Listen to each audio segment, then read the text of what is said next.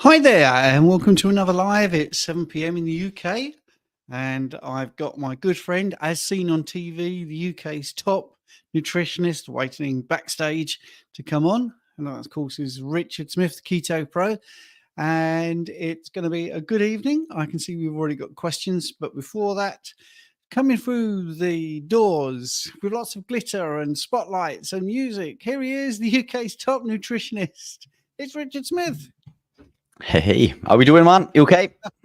Yeah, I'm doing good. Thought I'd give you a big build up there.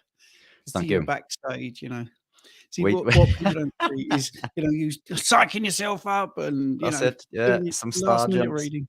pull-ups. It's all true.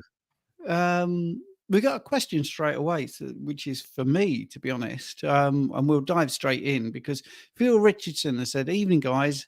I would like to start filtering my tap water. Stephen, you previously mentioned you use a reverse osmosis filter. Do we need to add trace minerals back into the filtered reverse osmosis water? No, you don't need to do that. That's exactly what the reverse osmosis thing does. It takes your tap water, takes all the nasties out, but it also adds some minerals back in. So it's a good way of doing it. And then you just have a separate tap as opposed to the tap water. You just have a tap out of your worktop, and it's geared up. So that's how that works. What do you do with your water, Rich? I think I'm probably a little bit better off in South Wales. The water's a lot cleaner than it is in England in regards to the chemicals. So I do drink it straight from the tap, I'll be honest. Yeah, I haven't gone down the rabbit hole of reverse osmosis machines. There's a lot of conflicting evidence out there in regards to the research with reverse osmosis, but it's yeah, bottled water again, another hot topic which we discussed a little while ago. There's a benefit to doing so, but potential downside also. So it's one of those things. Where does it end? I've tried to. Do you know what I've noticed is with our lifestyle is that we begin this journey by becoming low carb generally, isn't it? That's the port of call for most people, and then they begin restricting things like the lectins and the vegetable oils, and then they learn a bit more about other forms of lectins, and it's you sort of go down this rabbit hole, and over years and years and years, you don't just change your diet, you begin to understand the benefits of all of these other contributing factors. Good social network, the importance of the sun, circadian rhythm, the water, as you say, all of these other things, and I think you become a biohacker. And that's got to be the ultimate goal. It's this pursuit for optimal health and well-being. But the water thing has never been an issue for me because I don't know how different it is. I know that I just can't drink when I'm over the river in your side, in your neck of the woods. I have to buy bottled water. It's incredibly hard. It's hard water, isn't it?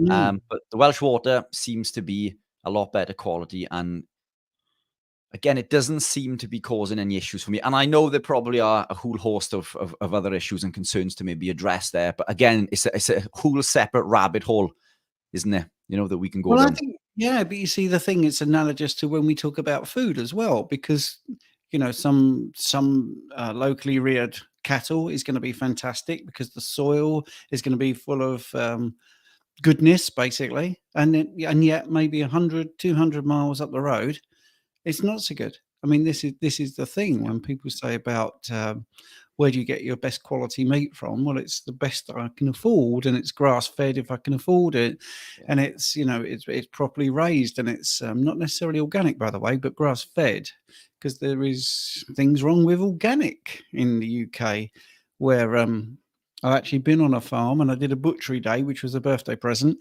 And I spoke to the farmer there, and he had no axe to grind because he had an organic part of his farm and he had a grass-fed part of his farm.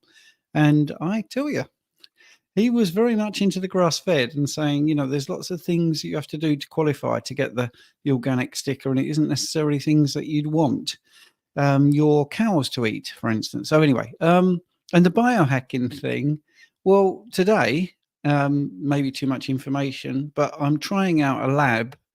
And one of the things they do is the gut alpha diversity, which is the old poop sample. So I had my very forensic rubber gloves on this morning, and off has gone my sample. So I'm going to see if a carnivore can have a really good gut microbiome, the alleged healthy gut microbiome, because when you get into the weeds about that, 50% of that, the bacteria in that stool is unknown, so they're just shooting in the dark anyway. So yeah, biohacking is a big thing that we end up doing.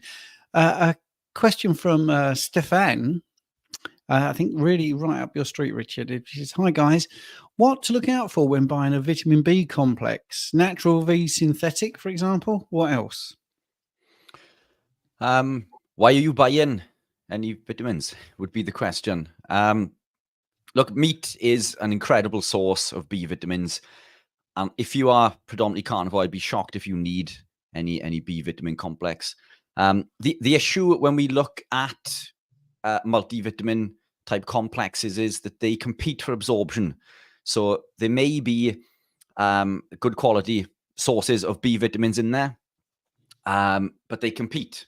And this is why a multivitamin, I don't believe, confers any benefit, because these pathways end up competing for absorption. And iron is one that I always come back to. I used to take iron supplements, a multivitamin that was very high in iron, and it changed what came out green. Yet I don't get that issue when I eat meat. And the reason being is that the body is excreting most of the compounds within there. So the question would be, is there a particular reason in regards to why you're looking to take the B vitamins over consuming red meat in particular? See if you can come back with that, Stefan, and we'll look at that a little bit deeper for you. Yeah, I think that's that. One of the things I really like about you, Rich, is you get to the nub of it. Why you're doing it in the first place, because you might not need it. So I think if Stefan can put that in the chat, that would be really, really helpful. Let's have a look at the next question then. Jennifer is a big supporter, actually. Thank you, Jennifer. Hello, Coach Stephen and Richard. Guess what? We bought just over 50 acres and can't wait to get some cows. Try some regenerative ranching here. Excellent. I think the TX might be Texas then, Jennifer. Texas, carnivore, do you reckon? What do you reckon? Yeah, well, there's a podcast there, I think, or a potential guest on the live. Yeah, I think so too. Projects moving forward. Yeah, I mean, I saw a sort of odd video in the week. Well, not odd, but unusual video from Ken Berry, doing this great outdoors stuff and talking about why he's doing what he's doing. So I think there's a lot of people looking to, buck the system.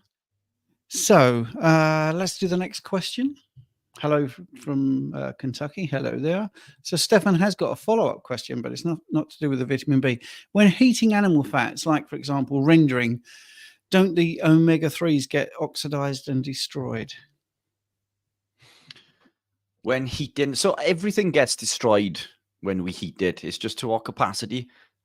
Eating raw meat is always going to be, as in beef. One of Steve's favorites in particular is raw mince with some salt, I believe, Steve, isn't it? And butter, yeah. And butter. Your initial thoughts in regards to this is, that's disgusting, and two, don't you have to cook your meat? Well, red meat it's incredibly thick. Bacteria tends not to penetrate red meat. Lamb is sort of a similar situation. Chicken needs to be cooked, at least I believe. There's probably evidence out there to say that doesn't even need to be cooked, but it's I'm always incredibly careful when it comes to chicken. But beef and lamb, I cook that incredibly rare. And the key to this is cooking at a low temperature. So you don't need to barbecue or to pan fry at a high temperature to cook. Barbecues are fantastic, but again, high heat creates the acrylamides, which is that compound that we keep mentioning every few weeks that is found in coffee, which causes issues. And we can get into that again a little bit later if you like. But the key is to cook on a lower temperature. Now, what I do, I don't use fats with cooking. I put the meat in the pan, put the lid on top, and it cooks within its own juices and heat. And it becomes a little bit watery within the pan, obviously the condensation from the heat produced. And it almost has a slow cooked effect, if you like. You know, when you've slow cooked for hours and hours and hours. The downside to slow cooking is a lot of the nutrients are now in the broth. But then if you are slow cooking in there, then you just add that to the food you make a gravy out of that. But the key, cook at a lower heat, or in regards to beef, just eat it raw. But the body's still going to absorb. It again, we're comparing. It's compared to what? And eating beef for omega-3s, where you are not consuming any form of omega-3, then beef is still gonna I'm gonna say it again, it's still gonna confer that benefit. But again, but a fantastic source of omega-3s, mackerel, sardines, and salmon. And why not mix it up? Unless you're strict on the lion diet, fish works incredibly well for me. I regularly throw some mackerel, sardines, and I'm a huge lover of salmon, wild caught salmon. So yeah. Yeah, and I think yes, great answer. And I think the fish oil is more susceptible to oxidation than say the fat on lamb and beef. So it's just everything Richard said is just absolutely perfect. I mean, you just slow cook it and make sure that it's not overcooked. That's the other thing. I mean, I just had a raw rare steak really, and it was absolutely beautiful. So it doesn't have to be overheated for a long period of time. So so Jennifer is in Texas, and she's got fluoride in her water and it stinks. Right, here we go. Here's one for you, Richard. Jari is asking, what is the easiest way to book a consultation with you? Do you know, I'll make that incredibly easy. I'll pop the link into the chat. In fact, I'll pop the link to my link tree in there. And there is links to all sorts of good little bits, obviously including the YouTube channel. Yeah. And all the bits that you and I do together, our private group, the school group. Lots of stuff in there. So link in the comments. Stuff. Tam, hey all, beside beef and lamb, what other meats could I have which is easy to do? Well, I think, to be honest, all carnivore is easy to do. Pork chops we did yesterday in the air fryer, absolutely amazing. I think you can have all types of fish. I know we just talked about omega-3s in fish, poultry. You can have duck, goose, chicken, turkey. To be honest, it's all really easy to do with carnivore. I just feel that too many people try to make it very targeted, whereas I think there's nothing wrong with a bit of variety. Scallops, prawns, salmon, mussels. There's just so much you can eat, really, to be honest. And they're all full of nutrients that you need.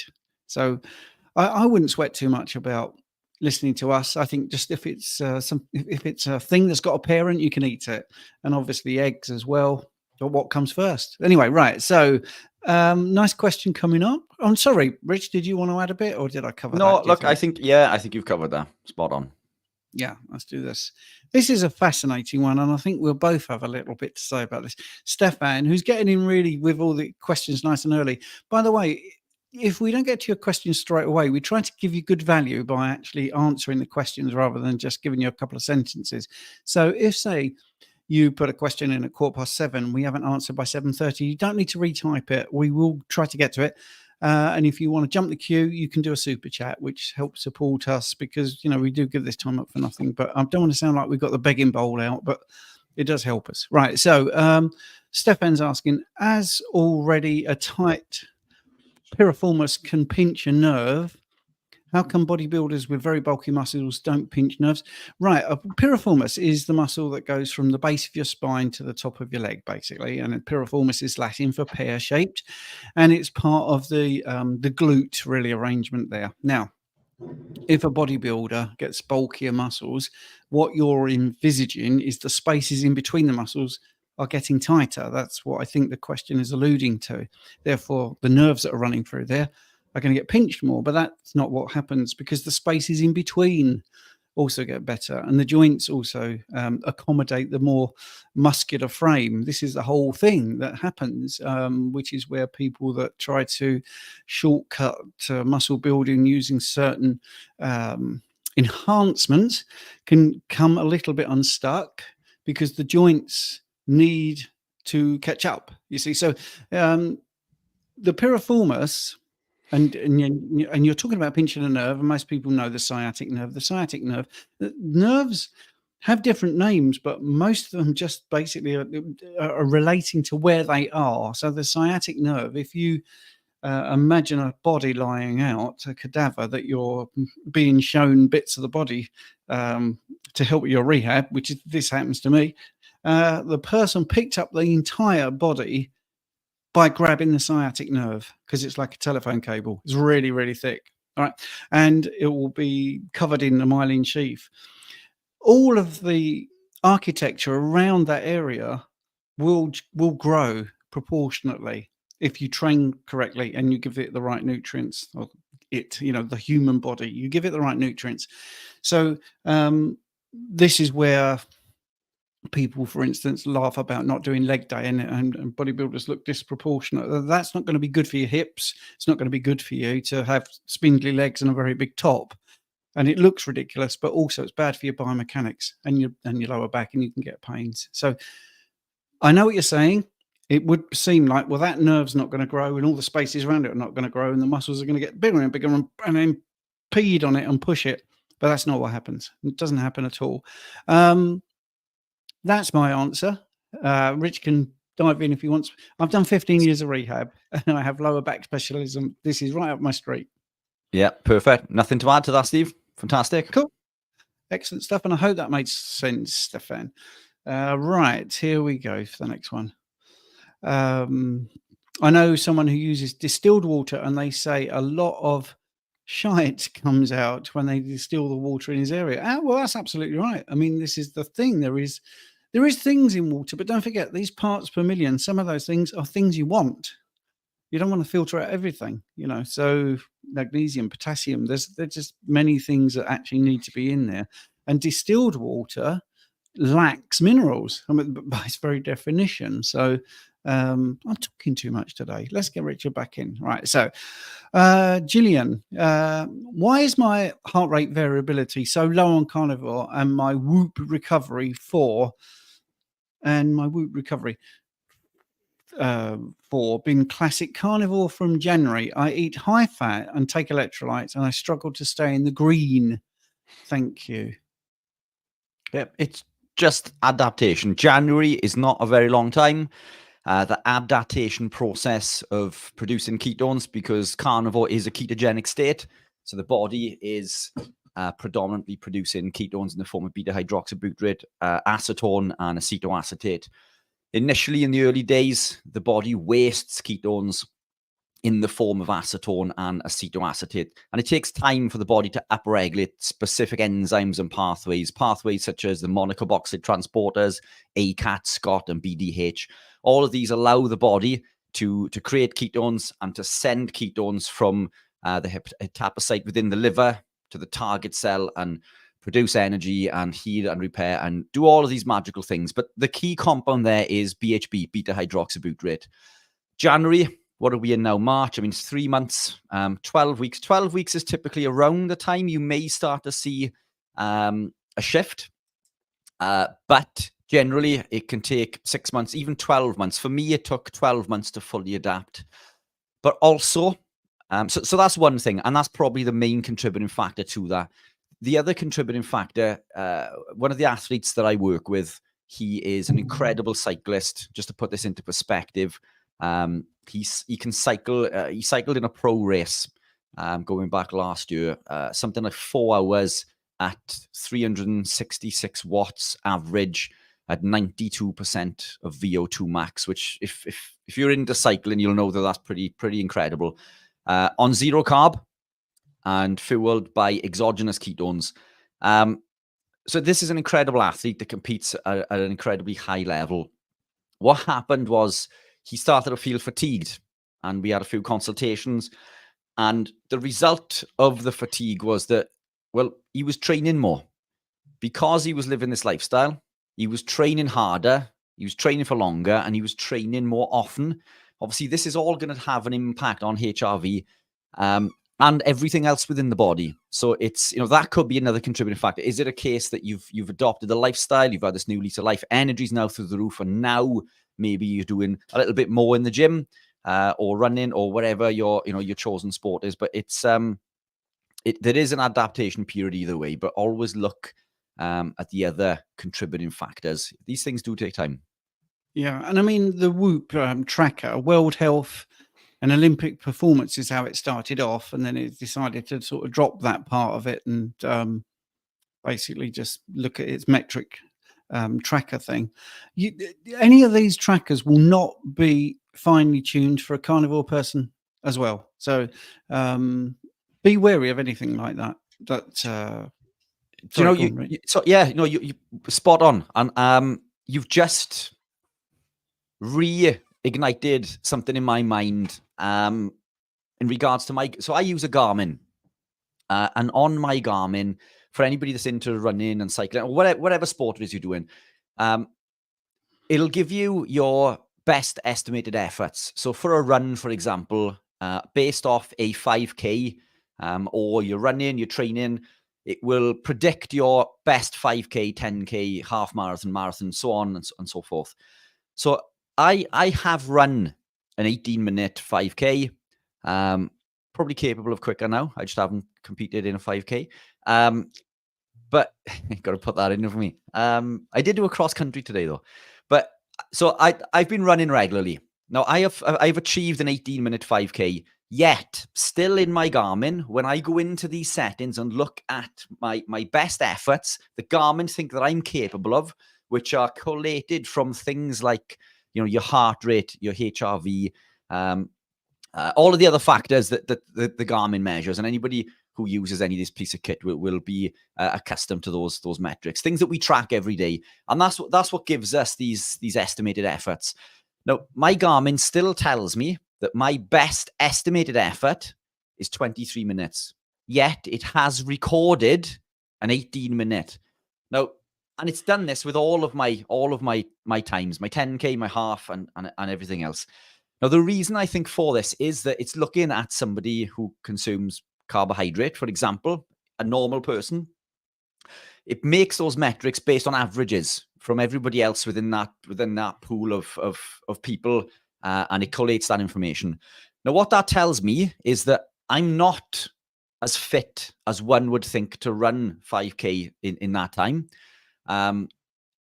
All my metrics are telling my Garmin that 23 minutes is my best estimated effort. But because I'm ketogenic and I'm carnivore, beta hydroxybutyrate is 400% more efficient at creating energy, being carnivore than glucose.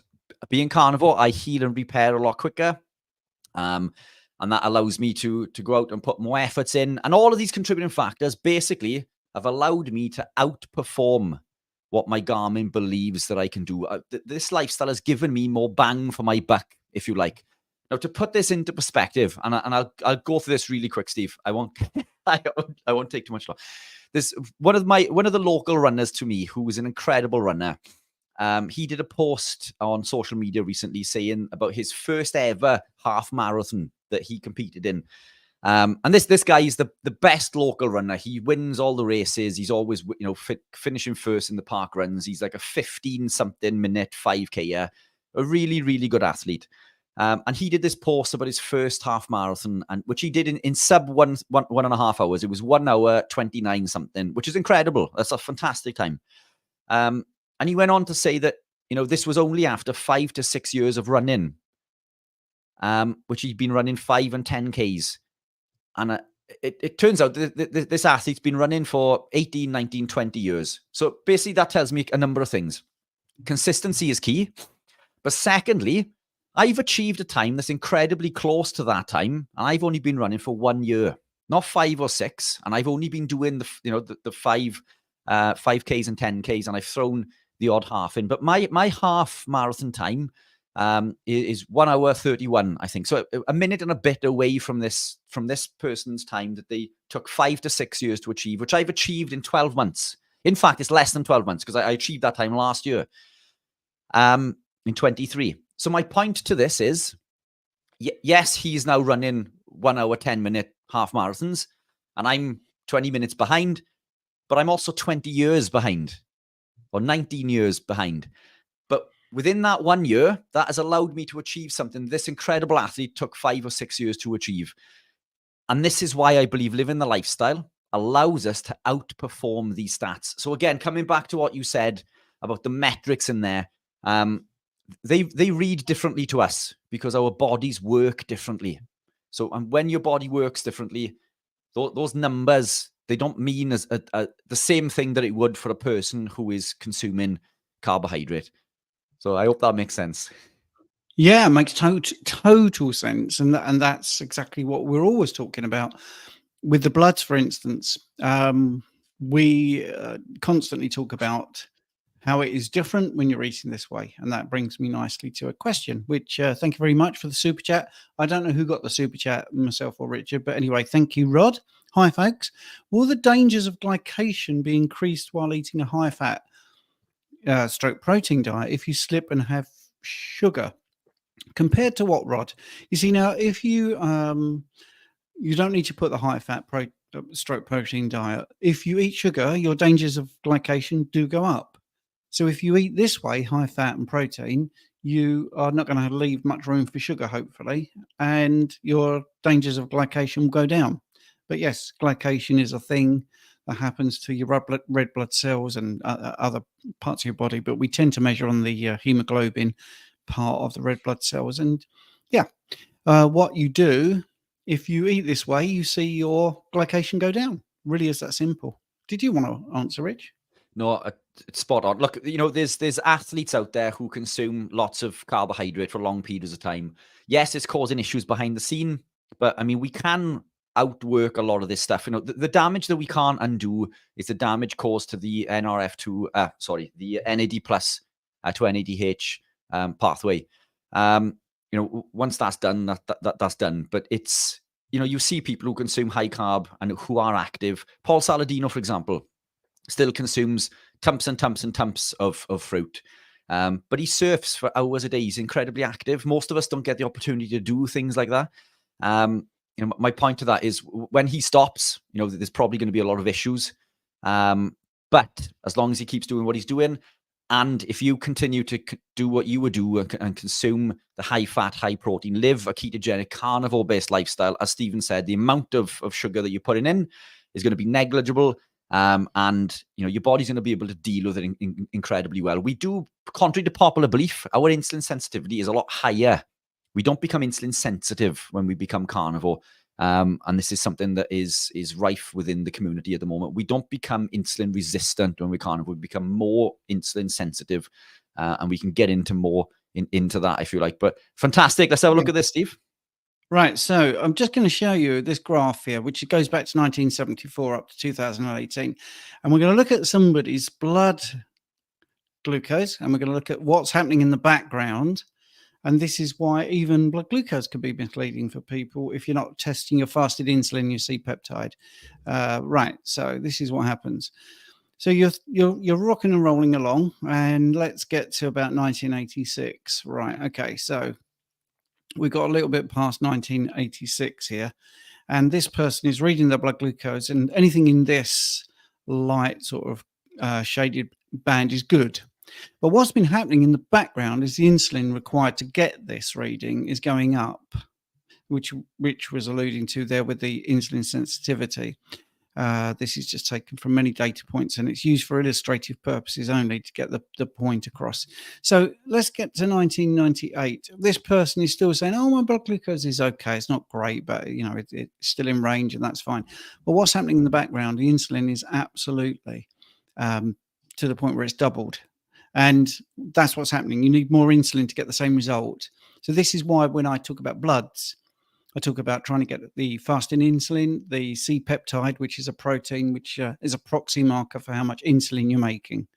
And then you can see what's going on. Because imagine if you'd come to see me back in 1986 and I'd shown you this graph, say, oh, something's up here. We need to get this insulin coming down.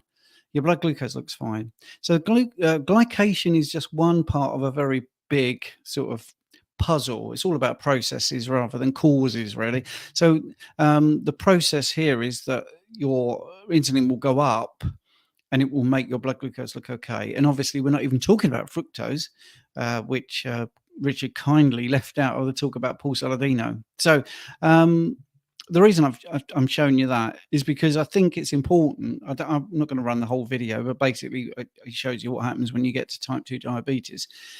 Is you can't look at one thing in isolation. You need to look at the whole thing. Why is something doing something else? And going back to sort of the athletic performance, Rich did a really good thing there and said, yeah, this person is running, but it's taken 20 years of experience or 5 years, and I've done it in 12 months. So your figures might not be as good, for instance, but boy, you got there quicker. And I think that's one of the benefits of the carnivore diet is it does get you where you want to be a lot quicker. Now we've got a special guest coming in 15 minutes, so we're going to whiz through a few of the questions. We've got Phil Escott coming in. Say hello. So yeah, TLV. I had to stop carnivore this week because of digestive problems and diarrhea. Only white rice would cure it. Been carnivore for 6 months with no problems until this week. Don't drink coffee. Confused. So I had major issues last week, possibly, Steve, if you remember, maybe the week before. I came down with so my little girl came home from her nan's one evening, and she was incredibly unwell. She was sick everywhere, for which lasted sickness and diarrhea for a number of days. And that and I was cleaning this up around it within this environment. And then Amanda came down with this soon after. Well, I didn't get that sickness, but I did get a touch of the diarrhea.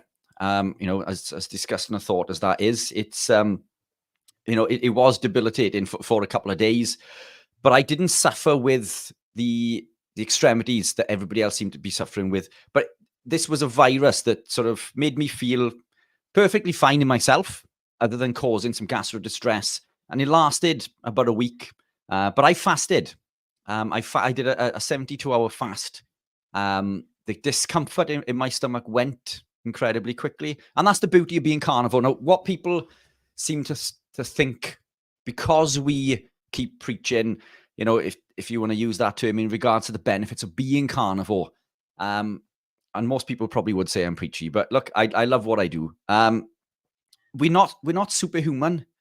We're still susceptible to all of these things. It's just our likelihood of contracting these things is far less. Now, I was around incredibly ill people for over a week before it had any impact on my body. And the effect it had on mine was considerably smaller than everybody else's. And my body managed to process it a lot quicker than everybody else's. And that's the thing with living this lifestyle. We supply our body with everything that it needs to build a healthy immune system, prevent our body from contracting particular viruses and infections. And when we do, our natural killer cells are there ready to fight off that virus and infection readily. So we're not superhuman. We still get these things. Now, my point to that was, it could have easily been some form of virus, some form of bug. To be carnivore for 6 months, not suffer with any issues, and suddenly come down with a bout. It could have been that. It could have been some bad meat, for example. Maybe some of the meat that you've consumed was slightly off. Who knows?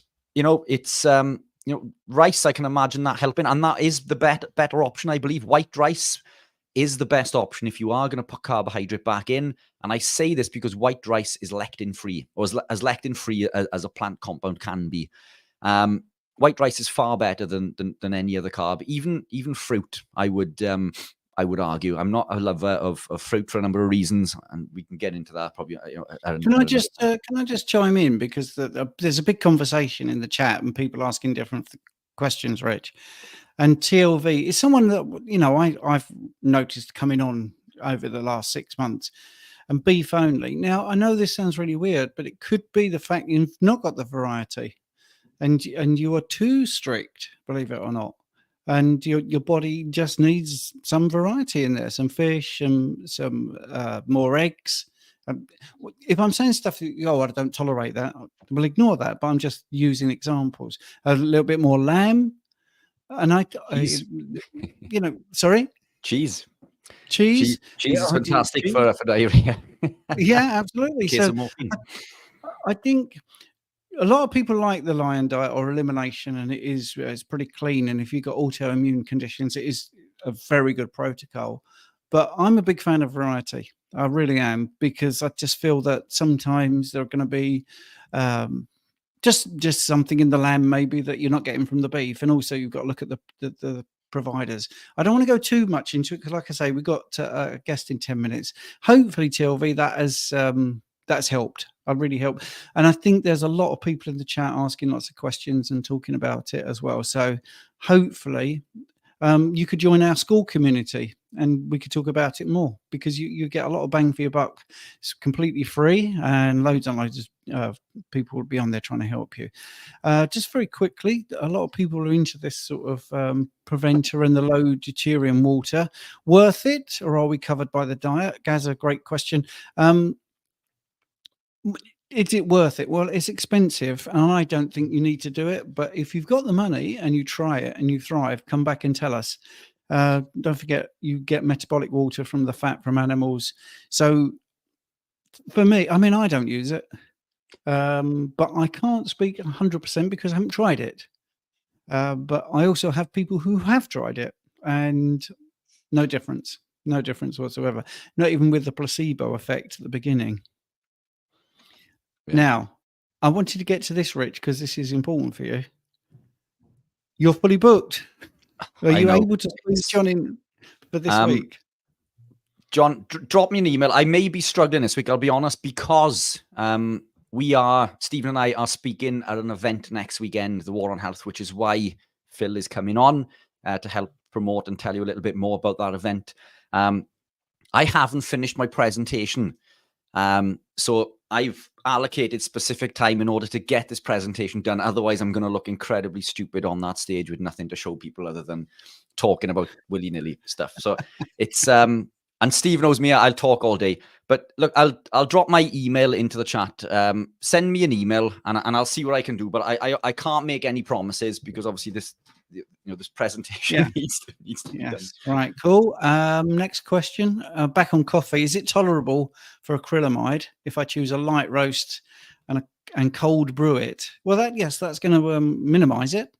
I drink decaf, Swiss water decaf, and I'm not overly worried about it. But I understand Rich talks about it. So yes, you're right to bring it up.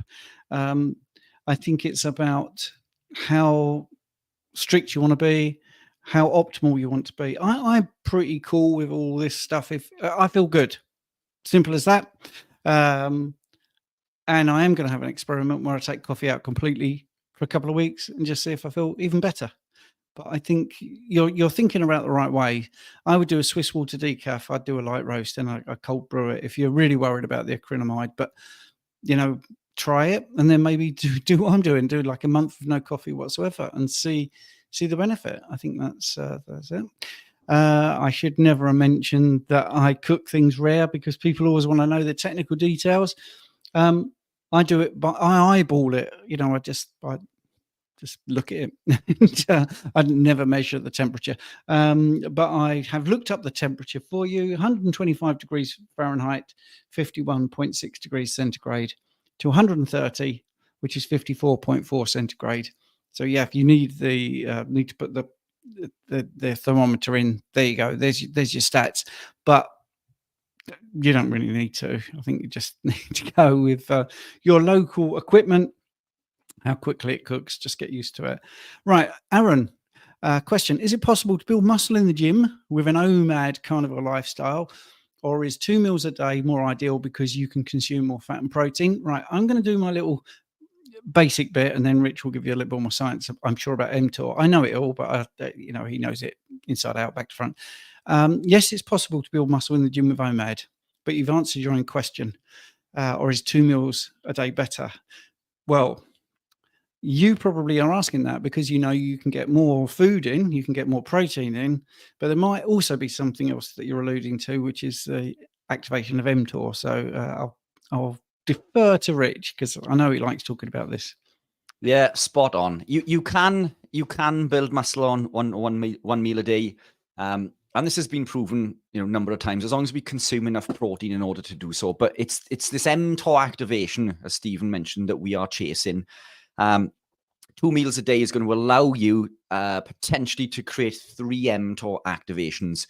A typical bodybuilder only ever has 1 because they're continuously eating every 2 hours, which is counterintuitive. And they're also putting carbs in, which is massively counterintuitive. And we can get into more detail next week in regards to this. But it's when we there's a number of things that activate mTOR. Training, stimulation. So training in the gym will activate mTOR. The mTOR reset takes 3.5 to 4 hours. So if we wait 3.5 to 4 hours after that said session and consume around 3 grams of leucine, 3,000 milligrams of leucine, that is going to maximize mTOR to the max capacity. We can activate mTOR from as little as 1,500 milligrams or 1.5 grams.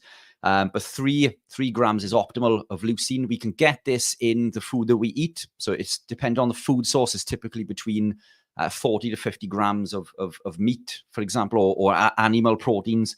We can get it a lot quicker. I think 6 eggs, for example, will give you 3 grams of leucine. Each egg is fairly low in leucine on its own, but in combined, we can activate mTOR to the max capacity with 6 eggs. But if you do this 3.5 to 4 hours after, and then consume another meal 3.5 to 4 hours again, we catch this mTOR reset, and we've activated mTOR now 3 times within a day. 4 is top end. But 3 is super optimal, which you're not going to do with just consuming 1 meal a day. But again, if you are splitting the meal times, you're still activating mTOR twice. And this is why we can still build muscle. But it's all about those finer details. And there's a lot more to it in regards to this as well. The volume of fat and protein and training stimulus and so on and so forth. But this mTOR activation is going to give you the best chance. So for building muscle, twice a day. I consume generally 2 meals a day. I do 1 meal a day occasionally. I eat to satiety, but I'm always conscious in that mTOR activation in regards to building and healing and repairing. And because I'm incredibly competitive, I like to be I like to do the best in whatever it is that I'm doing. I'm running and cycling at the moment, and I'm not built to be a runner. I'm looking incredibly small now, but I posted a picture on my Instagram earlier, and I still look pretty big in the vest, the boulder shoulders, and I'm still way too top heavy to be a runner.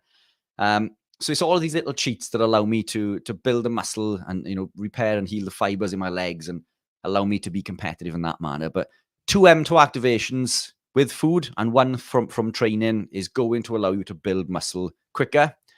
But even then, the max that we can build is still only around 0.8 pounds per month. So top end, we're looking at 10 pound in lean mass top end, and we're talking people now who are probably heavily supplementing with anabolics also.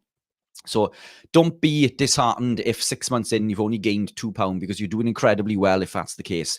And this is where the in-body composition machines come in incredibly handy and give you an accurate figure on your lean body mass and your dry protein. And that's the one that we want to look at, is the dry protein. Brilliant. Right. We'll let Phil in a second. Here's a question. Once a week, man, can I buy astaxanthin from Richard? It sounds like an amazing supplement. Astaxanthin is an incredible compound. It's the compound that gives salmon the pink color, for example. You can find it from other sources also, but it's the only true compound that has an antioxidant benefit that exists on the planet. Things from vegetables do not give us an antioxidant effect. They're actually pro-oxidants, and we won't have enough time to get into that because Phil's coming in, but maybe we can jump on it on the next platform. But the astaxanthin in the raw compound, I don't sell individually, but it is available in my electrolytes. Maybe we will look at doing this as a separate compound, but we sell it in our electrolytes as a compound within the electrolytes. And jump on the next platform, and if we have 5 minutes, I'll go into a little bit more detail in regards to the benefits of astaxanthin. Phil, how are we doing, man? Good. Hello, boys. Hello. I was looking forward to learning about astaxanthin there. I'm so lazy. I mean, I know what it is, but it goes in one ear and out the other. But yeah, good stuff. I've only covered it about 16 million times on the lives with yourself, but it just shows that you just switch off when I I don't switch off. I just have no retention whatsoever for this sort of thing. Yes. Now, Phil, you're here Yes. because you've got some news to talk about, some things you're doing, of which both Richard and I are speaking at. So do you want to dive straight in and give us a little bit of information? Yeah, sure. It's getting close now, isn't it? We're sort of less than a week away. And we're doing the War on Health 2 conference, which is 2 days this time. We did it for 1 day in January. And this time it's 2 days, and we've got more speakers, and we got both Stephen and Richard there. And then Ben and I are speaking as well. Ben Hunt, who's my partner in crime on the Big Fat Challenge. And we've got Andrew Scarborough with his extraordinary glioblastoma recovery story. We've got Dr. Ahmad Malik, who is an incredible character, absolutely hilarious, and talking about how the medical system has completely destroyed his career for speaking the truth about certain things. We've got Dr. Zsófia Clements, a great friend of mine who is a hero as well, who runs Paleomedicina in Hungary and has incredible results with all kinds of things, from autoimmunity to glioblastoma. And she'll be speaking on brain cancers and the trouble she's had with the medical system. And we've got Sarah Pugh, who is Sarah's amazing. She's also hilarious, and she's so knowledgeable on all the quantum stuff, all the light and magnetism and all of that kind of thing. If you want to understand about how to get your circadian cycles in trim, then come and listen to her, because she demystifies it in a way that probably the biggest guru on it, Jack Cruz, on the he can be a little bit over scientific, and it's difficult to understand. So I get into in one ear and out the other mode quite often with Jack, although I love him. But Sarah's great. She demystifies everything. And who have I left out? I don't think I've left anybody out there. No, I haven't. But anyway, so it's you can. We're doing the 2 day thing, so you can book for the 2 days and 2 nights accommodation, Friday and Saturday. Or now we're also doing just the event itself, without staying the night, without accommodation, if you can do that, if you live closer, or single day tickets. And you can find all of that at thebigfatchallenge.com/events, or just go to thebigfatchallenge.com and click the events button at the top. And we have discount codes as well to get 50 quid off. So I'll let Stephen and Richard give those discount codes out, because they've got one each. And so maybe you could use either of them, so they can use theirs on here, whoever wants to. But there are two. Can I also say for people that aren't in this country, I believe you're considering releasing the videos as well. Yes, we're just getting the okay from the last couple of speakers that we could do that. If we can work it out with the tech, because the tech guy isn't going to be there over the weekend. So there's all sorts of fiascos going to happen with linking up with Zoom and getting everybody's slideshows up. No, that'll be easy.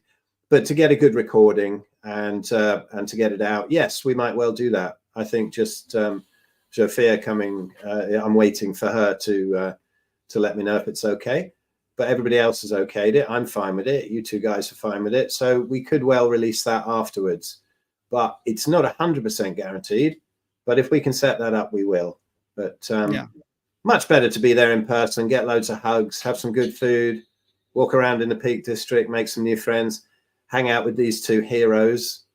I'm looking forward to it. I haven't had a hug off Richard yet. I had a nice hug off Stephen. But I'm down on hugs from Richard. So it's the only reason I'm going. Me too. Well, look, we've got a couple of questions. All right, not about the conference. Do you want to dive in and put your 2 pence in for a couple of questions? Well, yeah, sure. Yeah. Yeah, Um, yeah. Well, then people can see that you're a great bloke too, and you've got something good to say. So if they don't like us two, they might come in and think, well, he's really good, so we'll go and see Phil. So when someone is a carnivore and gets dizzy upon standing after a workout, is it most likely to be low electrolytes? I mean, I know that's Richard could go first, but if you wanted to chime in as well, Phil, that would be great. Well, there's a few causes for that. I mean, it could be electrolytes, but it also could be a low blood pressure thing. And I think Richard's probably got more of the science on that. I just know what the things that it could be, but let's let Richard get into the weeds on that because I want to hear as well. Yeah, it could be a number of contributing factors, isn't it? The electrolytes, when we look at the renin, angiotensin, aldosterone system and how the body manages blood pressure, for example, we can see adverse effects and changes in blood pressure when we gravitate into a ketogenic or carnivore lifestyle because it's new, and insulin drops, sodium's released from the body, and this triggers a cascade of events, beginning with the release of angiotensinogen and renin within this process. And it can lead to a number of things. It can lead to retention and things, and the activation of things like aldosterone, which one side can lead to high blood pressure and the other side can lead to low blood pressure. So we can see both happen on keto and carnivore. Typically, we see a reversal because insulin drops, sodium's released. This insulin drops, it releases the sodium, and that's what leads to high blood pressure or essential hypertension. These things are insulin related. They're caused through insulin resistance. And when this happens, we typically see a reduction in blood pressure, but we can get the opposite. We can also get an influx in high blood pressure because of this renin, angiotensin, aldosterone system.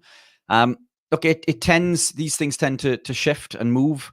It just takes time, making sure that you consume adequate electrolytes, particularly sodium in the early stages. Sodium is incredibly important because we are devoid of it because of this transition. Potassium is equally important, arguably 4 times more important because our bodies require 4 times the volume of potassium to sodium. If we look at how nature intends, and this is what we see in beef, for example, the potassium content in beef is 4 times higher than there is sodium, and then we drop right down to magnesium and calcium. And there's another thing that we over supplement with calcium, which leads to a potential increase in cardiovascular disease. That offsets the magnesium and calcium ratio. Calcium depletes sodium again, and there's a complicated process involved in regards to electrolyte balance. But that would be my first port of call. If you're going to supplement with anything, add salt to your meals. If that doesn't cure it, then look at supplementing with a quality electrolyte. But ratios are incredibly important. The sodium is really important, but potassium, we don't want the potassium to be rock bottom. Many electrolytes on the market will have around 1/5 of the potassium to sodium. It needs to be higher. It needs to be at least half, if not close to a 1-to-1 ratio. But address those.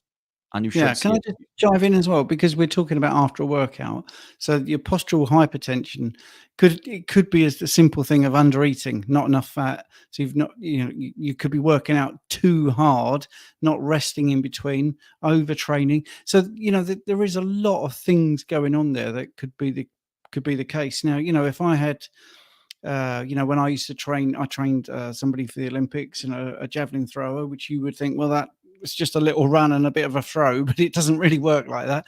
It's pretty intense, and you've got to be fueled for it. You've got to eat enough, and you've got to recover enough. Now, if that athlete came to me and said, I didn't sleep very well last night, what we're going to do, and I haven't had a chance to eat, and I'm absolutely starving, I'd say, right, well, we need to probably look at a different set of training. And so I'm just trying to appeal to your common sense as well. So it may be you're undereating, you're overtraining. There's millions of things. But did you notice how Phil was quite happy to say, here's an expert in the room? Like, I'd rather hear from Richard. So apart from making me so upset that it wasn't me that he said that about, that's the whole point of the War on Health. We've all got our own things that we're really sort of in tune with, but we're more than happy to say, I don't know, but I know somebody else who does. And I think that's one of the things that's going to be good about that conference. You're going to hear lots of different voices. So it's not like an echo chamber. Here's a Yeah, question. listen, one quick thing before that question I forgot to say was, if you go to the event page, there's links to interviews with everybody who's speaking there. These guys here and everybody else I've had on my Red Pill Buddhas podcast. There's links to them all. So go and check those out and whet your appetite to meet these people, these amazing people. Yeah. So before we go to our other platform, there's a question from Phil W., a big supporter of what's going on here. Is there a metric that can be used to prove the low carb and fasting skeptics that claim it raises cortisol and long-term bad stress? Is there a metric we can use? Well, you can measure cortisol. You can do a saliva test over 24 hours, intervals. The thing is, cortisol isn't just a stress hormone. It's a functional hormone. It will raise your blood glucose for good reasons. Like, for instance, if you are working out and you need a little bit more glucose, it will do that for you. So what would you say to that, Phil? I'd say that it's funny to me when people get concerned about things like cortisol, because there isn't anything that our body produces that's bad. Yeah. The body does its own thing. It's almost like, oh my God, I've got cortisol. Oh no, I've got this terrible poison. And it's not like that at all. It has these uses. And if it raises cortisol in some way, which I really don't know if it does, I'm a simple dude and I just go by how I feel. And I have no idea if my cortisol was raised or this or that or whatever's happening. I just know that the longer I eat this way, the better the body seems to work and my brain seems to work. And so I don't really worry about it. But also I think that, to get that sort of cortisol melatonin cycle in balance, the light thing is very, very important. Get the light in your eyes early in the morning, get the artificial light out of your eyes at night, and then that balance will happen, so that whenever cortisol is needed, it will come up. Whenever melatonin is needed, there'll be enough there from, getting the right light in the morning, enough to release at night, so you're sleeping right. If that cycle's right and healthy, then whatever cortisol is doing, it's got to be the good thing, right? It's like cholesterol. There's no bad cholesterol. It just does what it does. It has various functions, and it's there to help. Even if it's patching up damage when you're eating a load of crap, it's still not bad cholesterol. It's just the body doing what it's doing. But that didn't really answer the question. But I just wanted to have my sort of overarching view on anything that the body produces. Our bodies are very wise, and we're always trying to second guess them and trick them into doing things we don't really need to most of the time. Yeah, now, I think I can. Who's got an intelligent scientific answer on that one? Well, no, I got a very basic one. It's not insulin that's the problem. It's what we do that makes the body require a lot of insulin. So if we stuff ourselves with 15 teaspoons of sugar, we've got to get that sugar out of the blood. So we will have an elevated level of insulin. Well, insulin isn't the bad guy. Insulin is actually the savior. And that's the thing. So if you're raising cortisol constantly, then there's got to be a reason for it. And I think those that think the carnivore diet is a stressor don't understand the physiology of the body. I mean, it's that simple. We're finishing at 8, Phil. I wanted to get you in just to talk about the war on health, and then we're off on another platform. And I wanted to just say to all the viewers, we've got this other platform which rhymes with apple crumble, and the link is in the description, but it's also in the chat if you want to see another half an hour where we can talk candidly about anything, because we've definitely been moderating what we've got to say. If you want to join us over there, that'd be really good. And we'd really like to see the Easter weekend. So that's the last Saturday and Sunday in March, isn't it? And you can go to thebigfatchallenge.com/events, and you can book for either the Saturday or the Sunday. I think Rich and I are speaking on the Sunday. So, if you think, well, I can't make the Saturday because I'm doing an Easter, bunny hunt looking for Easter eggs, turn up on Sunday and see 2 big bunnies talking the best they can. That it's going to be such a good event. I just hope you can get there, and obviously use the code Stephen, because that's going to get you 50 quid off, and it's going to be the best code. Unless you got a better one, haven't you, Richard? Yeah, I've got another one, which is Richard. So either Stephen or Richard. Unfortunately, combining two won't give you £100 off, but use either one of those, and make sure it's all in capitals, right? Either one, all Right. in capitals. That'll give you 50 quid off. Okay, mate. Look, Phil, thanks for popping in. And we've got to go now because we've got that other half hour to do on Apple Crumble. And we will see you at the weekend, I think. Yeah, it's always a joy, chaps. And yeah, see you soon. Thanks. Looking forward to it. Excellent. Thanks for coming in, mate. All right. Yeah. And to everyone on YouTube, bye-bye. And we'll hopefully see you on the other platform.